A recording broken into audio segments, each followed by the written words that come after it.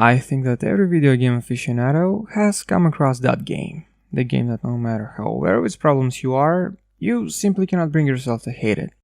Whether it was the time or the situation that you were in, when the roads of destiny led you to it, or you saw something in it that nobody else could see, you simply cannot bring yourself to hate it.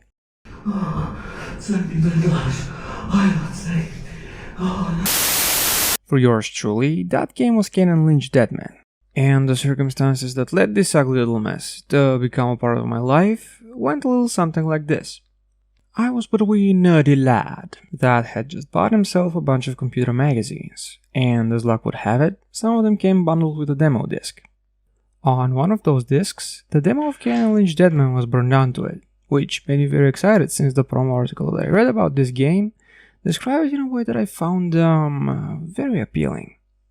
So I quickly installed the demo, booted it up, and I found myself very happy when I realized that the demo was taking place on top of a tall office building in Japan. I had that reaction because that was the period when I started to watch anime more frequently, and my love for Japanese culture and aesthetics was through the roof. I played that demo more times than I can remember, and as the playthroughs were piling up, the feeling that there was something wrong with the game was also getting stronger. A few years passed by, and I finally got my hands on the full game. I had a lot of fun with it, but I didn't like the difficulty spike in the later levels. In a more recent timeline, my curiosity about the Kane and Lynch Duology was kickstarted once more, thanks to a segment from a video produced by Thor High Heels. In the before mentioned segment, he talked about Kane and Lynch 2's visual style, and as the boys' verbally expressed thoughts were banging on my eardrums, the feelings that I felt when I first booted up the Kane and Lynch demo slowly started rushing in. And on top of that, I was reminded how interesting and bold the aesthetics of its sequel really were. This small video segment awakened a burning desire from deep within me. A desire to play these polarizing games once more and see for myself if the fond memories that I have of them are valid, or the critical bashing that they received at the time of their release was totally justified. So, without further stalling, here are my thoughts on the Kane and Lynch Duology.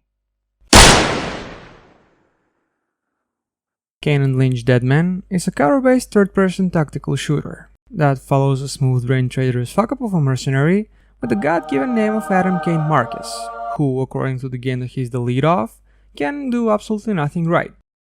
The game opens up with Kane traveling to death row after being convicted for manslaughter, and riding along with him is another winner in life named James Seth Lynch, who's convicted for killing his own wife during a psychotic break. Suddenly, their truck is involved in a head-on collision caused by a group of armed mercenaries that were instructed by a from now unknown organization to prolong the also valuable lives of our dynamic duo. After Kane and Lynch's successful rescue from the guillotine of justice, they are taken to a construction site, where they are confronted by 4 members of a gang of criminals called the Seven. The Seven are led by Kane's former colleagues the Brothers and their henchmen Carlos and Mute. They accuse Kane of abandoning them to die during a mission and that he stole a certain amount of money from them. So, because of the reasons that I just stated, the Seven kidnap Kane's wife and daughter. Kane is then burdened with the task to retrieve the money within 3 weeks, and Lynch is ordered to tag along with Kane to watch over him and report back to the Seven. If for some reason Kane fails to get their money back, the Seven threaten our double-crossing friend that they will send his family straight down to the Shadow Realm.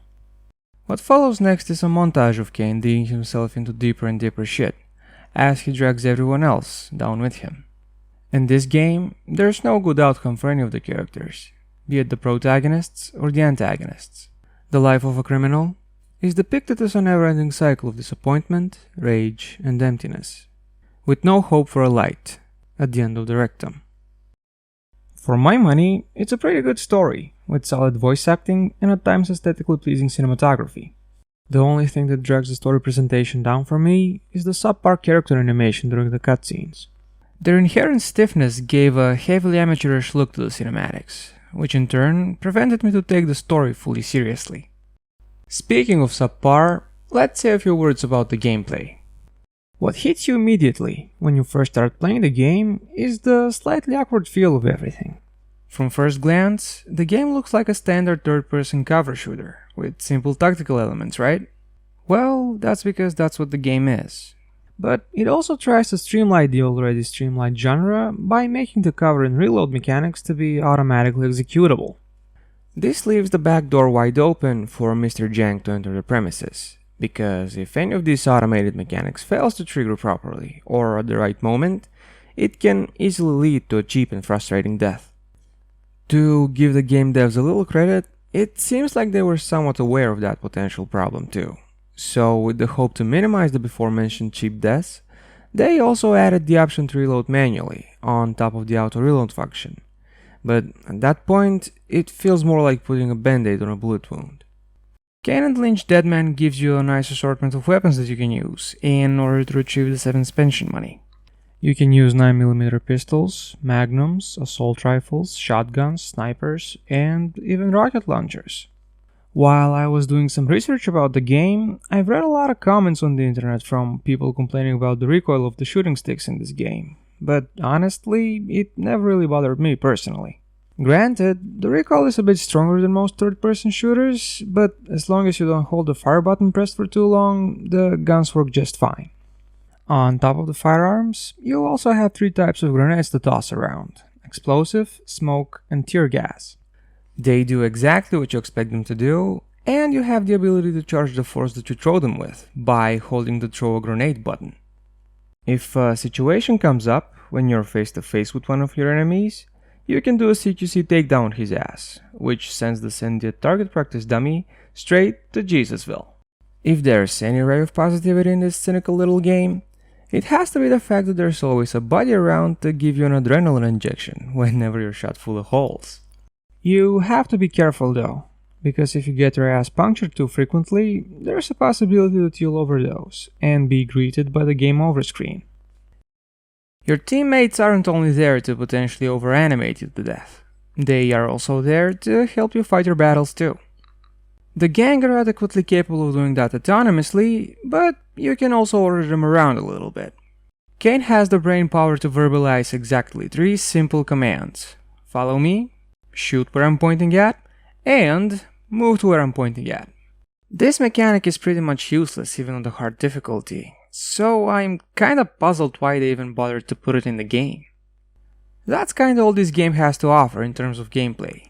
The only thing that I haven't talked about yet is Deadman's graphics, and as you may have noticed, they are nothing to write home about. The visuals look fine in the urban levels and their interiors, but as soon as you set foot in the Colombian jungle, all the graphical shortcomings start to become more and more apparent. The game developers used a large number of low poly assets to build the environments in this game, and in the city areas, they could kinda get away with it, since most of the objects that surround us in these locales are actually pretty angular in real life too. For the jungle chapters though, the same excuse isn't as acceptable. Look at this. Look at these low poly rocks. Look at the static and somewhat sparsely placed vegetation. There's no other word to describe these levels other than ugly. What also doesn't help their case is the fact that they had the brilliant idea to set the level on an overcast day, which in my opinion is the worst weather condition to set a level in, especially if your lighting engine is, let's say, lacking in complexity. It's not all that bad though. For example, I like how the raindrops are lit when they fall in front of a light source. I also like the limited but spicy environmental destruction caused by the speeding bullets. What's also pretty impressive is the insane number of NPCs on the screen in the Tokyo nightclub level. But there is something else that impressed me even more this last playthrough, that doesn't really have to do much with graphics, but it has a lot to do with visuals. And that thing is, the fact that the developers made our main protagonists to be a couple of balding, middle-aged men. I really hated that in the past, but nowadays I think that it was kinda unique for the time, and that it adds an extra level of grittiness to the story. Plus, look at Broken Daddy Kane over here. In these lighting conditions, he looks cool as hell, and I wouldn't want him any other way.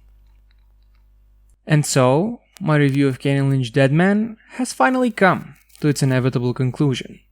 This game came into existence thanks to some truly compelling ideas, but unfortunately, their execution left a lot to be desired. The storyline ended up being quite interesting, but the clunkily animated cutscenes somewhat prevented me to fully appreciate it. The gameplay is also lackluster, and what's especially disappointing about it is the fact that they failed to create situations in which you can make use of the now useless tactical commands. And the graphics? Well, they are about as bland as pasta with no sauce. Kane and Lynch 1 is one of those games that definitely deserve the wrath of the critics, but as I said in the introduction of this video, I simply cannot bring myself to hate it. Thank you guys for watching, and we'll see each other in part 2. Have a nice day! Next time on my thoughts of the Kane and Lynch duology.